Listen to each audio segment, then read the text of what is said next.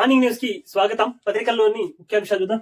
ఈనాడు పత్రిక కులగణనకు సై, జనాభా లెక్కలతో పాటే వివరాల సేకరణ, రాజకీయ వ్యవహారాల కేబినెట్ కమిటీ నిర్ణయం, స్వాతంత్రం వచ్చిన తర్వాత ఇదే తొలిసారి, విపక్ష పాలిత రాష్ట్రాల ప్రక్రియపై కేంద్రం పెదవి విరుపు, మా ఒత్తిడి పనిచేసింది, ప్రతిపక్షం నిర్దిష్ట గడువుతో పూర్తి చేయాలని సూచన. మొత్తం మీద కులగణన లెక్కకు కేంద్రం సై అని చెప్పింది. మొత్తం మీద స్వాతంత్రం వచ్చినప్పటి నుంచి ఇప్పటి వరకు పూర్తి స్థాయిలో దేశంలో ఒక రెండు మూడు రాష్ట్రాలు తప్ప ఎక్కడ కూడా క్లారిటీ లేదు లెక్క. జనగణనతో పాటు కులగణన కూడా పూర్తి స్థాయిలో చేయాలి, దేశం మొత్తం మీద చేయాలని ఒక వైపు నుంచి చూసుకుంటే ప్రతిపక్ష నాయకుడు రాహుల్ గాంధీ సక్సెస్ అయినదే చెప్పుకోవచ్చు. మొత్తానికైతే కులగణన అంటే జనగణనతో పాటు కులగణన కూడా చేస్తామని కేంద్ర కేబినెట్ ఒప్పుకున్నట్టు వార్త చేసుకుని వచ్చింది. తెలంగాణ నమూనాను అనుసరించండి, 100% తెలంగాణ నమూనాను అనుసరించండి అంటూ వార్త వేసుకుని వచ్చింది. అక్కడ లక్షల మందిని సంప్రదించి ప్రశ్నలు ఖరారు చేశారు. రిజర్వేషన్లపై 50% పరిమితి తొలగించేలా కూడా ఒత్తిడి తెస్తాం రాహుల్ గాంధీ అంటూ 5వ పేజీలోని వార్త ఇది. కాంగ్రెస్ ప్రభుత్వాలు వ్యతిరేకిస్తూ వచ్చాయి వైష్ణవ్ అంటూ 8వ పేజీలోని వార్త ఇది. 10 ఏళ్ళు అధికారంలో మేమే ఉంటాం, మీ చరిత్ర ఫామ్ హౌస్ లోనే ముగుస్తుంది. ఇంకా 10 ఏళ్ళు మేమే ఉంటాం, మీ చరిత్ర ఫామ్ హౌస్ లోనే ముగుస్తుంది అంటూ నిన్న రేవంత్ రెడ్డి గారు శాపనార్థాలు పెట్టినట్టు చెప్పారు. తెలంగాణ ఇచ్చినందుకు కాంగ్రెస్ విలనైందా? కాలు కదుపునందునే జీవితాలు పొందుతున్నారు, కేసీఆర్ పై సీఎం రేవంత్ రెడ్డి ధ్వజం. మహాత్మా బసవేశ్వర స్ఫూర్తితో అన్ని వర్గాల కోసం పనిచేస్తున్నామని వెల్లడి అంటూ వార్త వేసుకొని వచ్చింది. మొత్తం మీద ఇంకా 10 ఏళ్ళు మేమే ఉంటాం, ఇంకా నాకు 20 ఏళ్ళు నేను రాజకీయాల్లో ఉంటా అంటూ రేవంత్ రెడ్డి గారు చాలా స్పష్టంగా చెప్తున్నారు.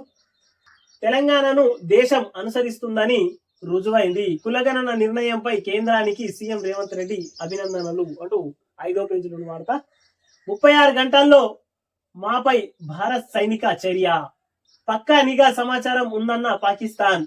ఇస్లామాబాద్, కరాచీ నుంచి పిఓకేకు విమానాల నిలిపివేత, దాయాది దేశ విమానాలకు భారతల నిషేధం, మోదీ అధ్యక్షతన సిసిపిఏ భేటీ, సరిహద్దులపై సమీక్ష అంటూ 5వ పేజీలో వార్త.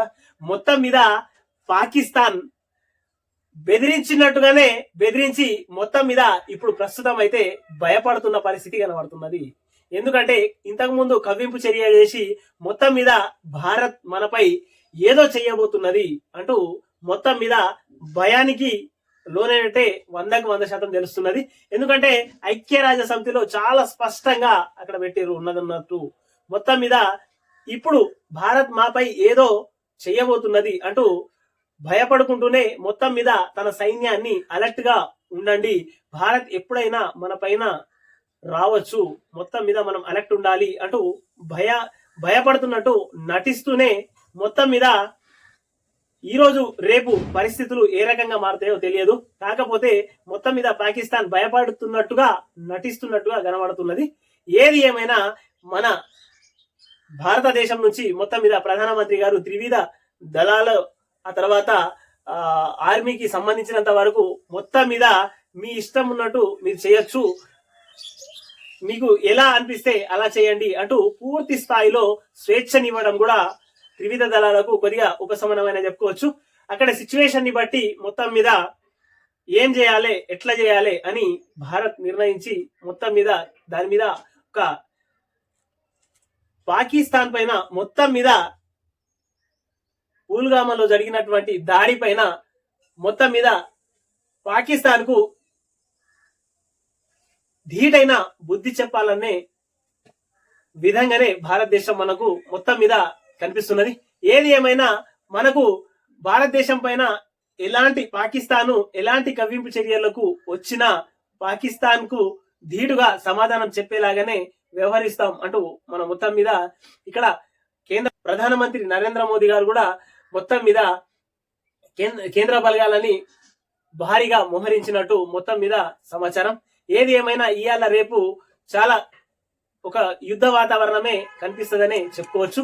మనకంటే ముందుగా పాకిస్తాన్ కూడా అలర్ట్ అయిపోయే చేసినంత చేసేసినాక మొత్తం మీద ఇప్పుడు మనకు తెలియకుండానే భారత్ మనపై ఏదో చేయబోతున్నది అంటూ వాళ్ళ గట్టి ఒక నమ్మకం అనేది వాళ్ళకి ఏర్పడ్డది. మొత్తం మీద భారత్ ఏదో చేయబోతున్నది మన పైన, మనం కూడా అలర్ట్ ఉండాలని పూర్తి స్థాయిలో వాళ్ళు కూడా అలర్ట్ ఉన్నట్టు వార్తలు. ఏది ఏమైనా గాని మొత్తం మీద పుల్వామా దాడి జరిగిన తర్వాత మన సైన్యం మొత్తం ఒకటై పాకిస్తాన్ మీద యుద్ధానికే దిగిందని చెప్పుకోవచ్చు. 10లో రికార్డు స్థాయి ఉత్తీర్ణత 92.78% పాస్. జూన్ 3 నుంచి అడ్వాన్స్ సప్లిమెంటరీ పరీక్షలు ఫలితాలు విడుదల చేసిన సీఎం అంటూ 8వ పేజీలోని వార్త. K9 టీవీని సబ్స్క్రైబ్ చేయండి, షేర్ చేయండి, కామెంట్ చేయండి.